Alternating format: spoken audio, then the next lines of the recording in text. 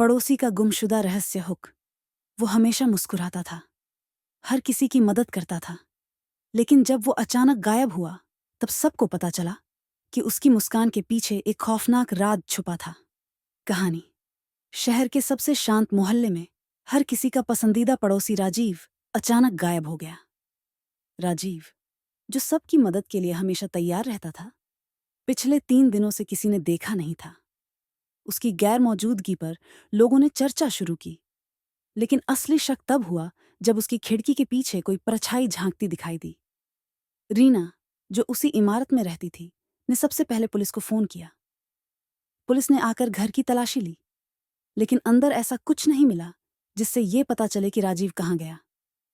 बस एक चीज अजीब थी, एक खाली संदूक जिसमें शायद कुछ भारी रखा गया था। रीना को राजीव की ये अचानक गैर मौजूदगी चैन से बैठने नहीं दे रही थी।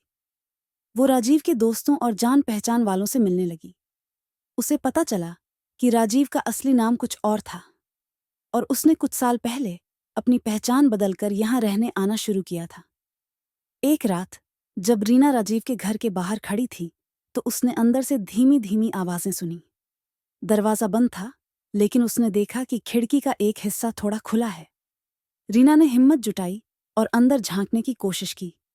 वो जो देखती है उसके पैरों तले जमीन खिसक जाती है। खिड़की के अंदर राजीव खुद किसी को खींचते हुए जमीन पर घसीट रहा था। उस व्यक्ति के हाथ और पैर बंधे हुए थे। रीना तुरंत पुलिस को बुलाने गई, लेकिन जब तक पुलिस पहुंची घर खाली था। फिर एक रहस्यमयी चिट्ठी रीना के दरवाजे पर पड़ी मिली। उस चिट्ठी में लिखा था, तुमने बहुत गहराई में झांक लिया रीना, अब बचने का मौका कम है।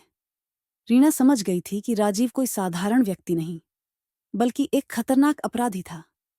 लेकिन सवाल ये था, क्या वो अकेला काम कर रहा था या पूरा मोहल्ला इस राज में शामिल था?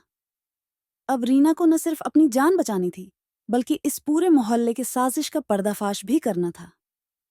लेकिन जो कहानी उसने खो दी, उसमें हर गली, हर कोना एक नया राज उगल रहा था।